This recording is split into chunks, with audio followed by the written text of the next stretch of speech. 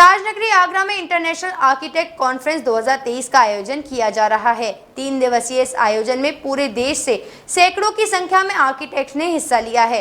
इस आयोजन में आर्किटेक्ट्स के द्वारा भवन निर्माण से जुड़े उत्पादों, तकनीक और इंटीरियर डिजाइन के बारे में चर्चा की गई और इस बात पर जोर दिया गया कि भवन निर्माण पर्यावरण से अनुकूल हो।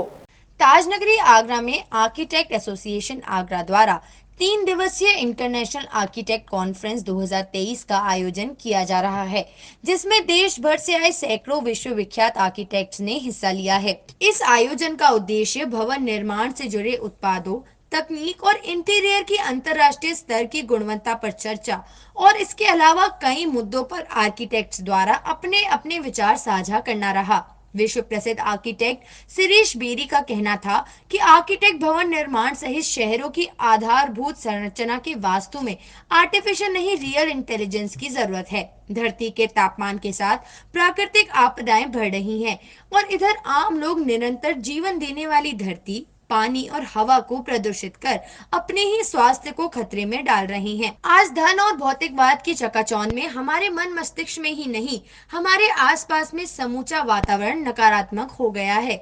ऐसे में फिर आर्किटेक्ट के सामने चुनौती भी है और अवसर भी है कि वह अपने डिजाइन के द्वारा ऐसा वातावरण बनाए जिससे यह दुनिया प्रदूषण मुक्त हो, हरी भरी हो, दिमाग को वास्तविक और आध्यात्मिक शांति प्रदान करने वाली हो।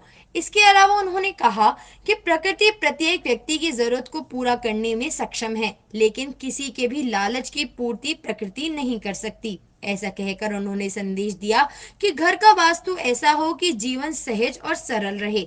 उन्होंने कहा कि चीनी कटलरी और फ्रेंच कटलरी से लाख बेहतर इंडियन कटलरी के रूप में हमारी उंगलियां हैं, जिन्हें हम भोजन के समय उपयोग करते हैं। इसके अलावा उन्होंने कहा कि लाइफ हार्मनी और लाइफ एनहांसिंग आर्किटेक्चर से अलग नहीं है। फ्यूचर आर्किटेक्चर इसी पर आधारित होगा। उन्होंने लिफ्ट के बजाय पैदल चलते हुए परस्पर संवाद किए जाने का सुझाव दिया। आर्किटेक्ट एसोसिएशन आगरा के अध्यक्ष समीर गुप्ता ने बताया कि इंटरनेशनल आर्किटेक्ट्स कॉन्फ्रेंस का आयोजन भविष्य के वास्तु को लेकर है, जो आर्किटेक्ट्स के लिए मौका या चुनौती पर आधारित है। इसमें आज की वास्तु के आधार पर यह आयोजन किया जा रहा है, जिसमें सभी आर्किटेक्ट्स अपनी अपनी राय दे रहे हैं और भविष्य में किस तरह का आर्किटेक्ट काम करेगा, इस पर चर्चा की जा रही है। इसके अलावा पर्यावरण को लेकर आर्किटेक्ट बहुत ही गंभीर है।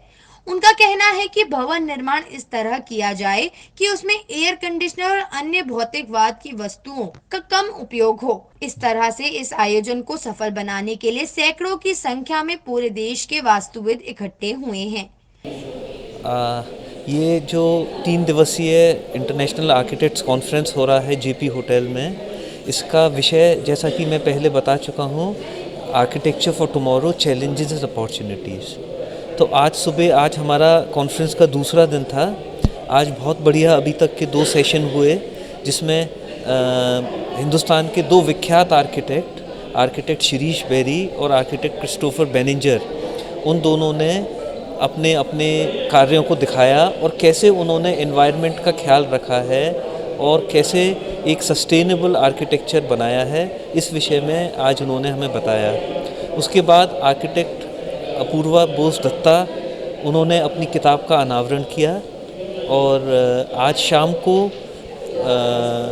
2 और बहुत ही अच्छे प्रेजेंटेशन है। आर्किटेक्ट संगीत शर्मा जो चंडीगढ़ से आए हैं और कल ही शाम को उन्हें पंजाब के चीफ मिनिस्टर ने बेस्ट आर्किटेक्ट ऑफ पंजाब का अवार्ड दिया है, वो हमारे मध्य हैं, वो बात करेंगे। और उसके बाद आर्किटेक्ट मनीष गुलाटी हैं, वो आर्टिफिशियल इंटेलिजेंस कैसे यूज़ हो रही है आर्किटेक्चर में, उसके विषय में बात करेंगे। इसके अलावा हमारे यहाँ जो हमने बिल्डिंग मटेरियल्स एग्जीबिशन का आयोजन किया है, वो बहुत ही बढ़िया चल रही है। बहुत लोग पूरे शहर भर से आ रहे हैं देखने के लिए और आज शनिवार है, हमें उम्मीद है शाम को बहुत ही अच्छी यहाँ पर अटेंडेंस रहेगी। डीजी महाराजा न्यूज़ के लिए शैलेंद्र लवानिया की रिपोर्ट।